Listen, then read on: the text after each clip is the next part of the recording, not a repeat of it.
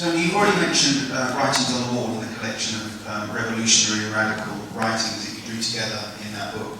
Could you give us a few examples of some of the most inspiring pieces of writing or literature or culture that we could go away with that would inspire us and rejuvenate us politically as we go forward to an election?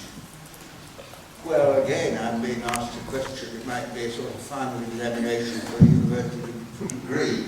But if I look back on my knowledge of history, I find that I've been inspired by those who campaign for what they believe in, regardless of whether they won or not at the time. And for example, in 1381, a poll tax was introduced. Mrs. Thatcher had forgotten that. And there was the Peasants' Revolt. And there was a man called, I've forgotten his name.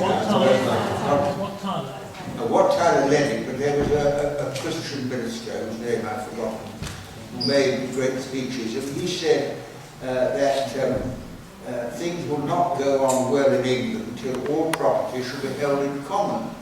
That was a socialist in 1381, well ahead of Karl Marx.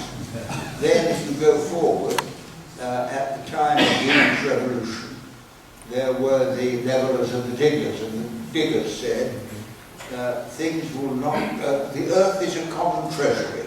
It is a crime to buy and sell the earth for private gain. Now that was an environmental argument. Then there was Tom Paine. And Tom Paine said, my country is the world, my religion is to do good.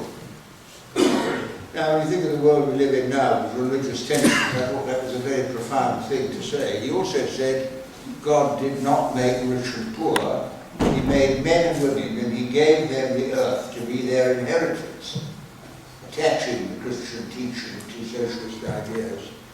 And then if you go back to Keir Hardie, he said, we've won, in 1900, he said, we've won political democracy, now we have to have industrial democracy, there should be democracy in industry. But I agree with that, I think that's right as well. So all these ideas have kept me going, and I think the people I respect are the people who say what they mean what they say, and do what they said they'd do if they have a chance.